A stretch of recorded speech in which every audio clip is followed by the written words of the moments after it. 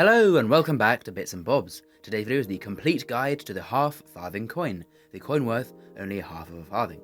Today's video will cover the history first, then moving on to the designs of the coin over the years, and then we'll go through every single coin's mintage and value for that year of coin. So let's begin with the history of the coin. The half-farthing was first minted under the reign of George IV in 1828 and last minted in Victoria's reign in 1856. A half-farthing coin is 1/8 of a penny, so there are 8 of them to the penny. There are then 96 of them to the shilling, 1/96 of a shilling, and it is then 1/1920th of a pound sterling. Almost 2,000 of these coins to every single pound.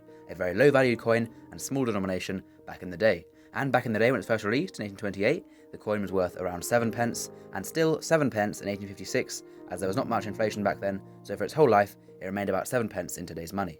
Here is the first design. To the left we can see a portrait of Britannia with shield and trident, as seen on larger denomination copper coins, and then to the obverse we can see here a portrait of George IV, facing left with a laureate wreath in his hair, and the date below, 1828, the first year these were made, and we can as well see the national flowers under Britannia.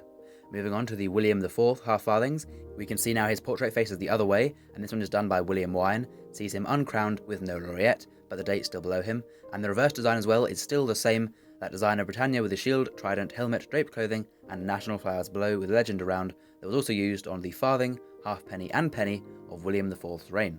And then for the Victorian half-farthings, the design was changed, as we can see here a new reverse design. We still have below the national flowers for England, Scotland and Ireland, then above that is the date, then above that is the words half-farthing in capitals, given the denomination, and above that is a lovely and ornate little crown. A quite simple design, yet quite nice. And then to the obverse now we have the portrait of Queen Victoria. Now then, the 1828, the first one, has a mintage of 7,680,000 and a value today of £10 in a poor condition, right up to £300 in uncirculated grade. The next year they were made was in 1830, with a mintage of 8,776,320 and a value today of just the same at around £10 in poor condition, up to 300 in uncirculated. 1837 was the only year they were made under the reign of William IV. 1,935,360 were made, with a value now of £35 to £650. A more expensive one.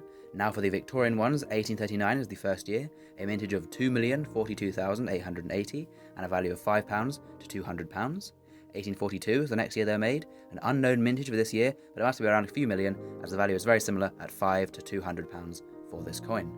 The next year they were made was in 1843, with a mintage of 3,440,640 and a value of £3, so a bit cheaper in a poor condition, up to £150 in uncirculated grade. Then 1844, a mintage of 6,451,000, and again a bit of a lower value here, £3 in the worst condition, up to £150 in uncirculated grade. 1847 was the next year they were made, and 3,010,560 were made, a value of £4 to £175 from poor to uncirculated grade.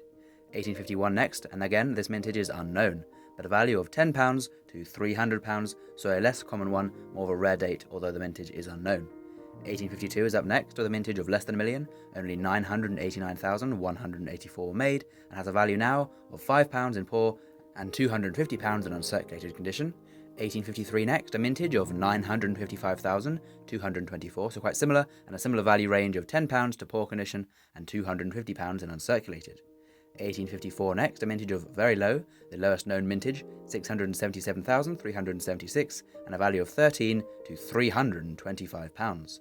And then the last year, 1856, as none were made the year before, 913,920 were made, and a value now of £12 in poor to £300 in uncirculated condition. When first made, they were intended for use exclusively in Ceylon. Ceylon, British Ceylon, is now, of course, Sri Lanka. However, it wasn't long before they caught on and became a coin within the motherland of Great Britain. The half-farthing was then used. The half-farthing weighed 2.34 grams and had a diameter of 18 millimeters. The weight of the coin can vary for the earlier examples that weren't so heavily scrutinized and tested. The coin is composed of pure copper all the way through, as bronze coins were only introduced in 1860, therefore after the half-farthing stopped production. The half-farthing was demonetized in 1860, the year of switching over from copper to bronze coins, and also the last year you could spend a half-farthing. So there we go. Please do comment down below if you have any half-farthings in your collection. They are a cool coin to own of a small and cool denomination that would be quite silly to use today, a fraction of a penny. Please do subscribe to the channel if you've learned something new and enjoyed this video. And of course, thank you for watching. We'll see you again soon on Bits and Bobs for some more coins and more great history in the future. Bye.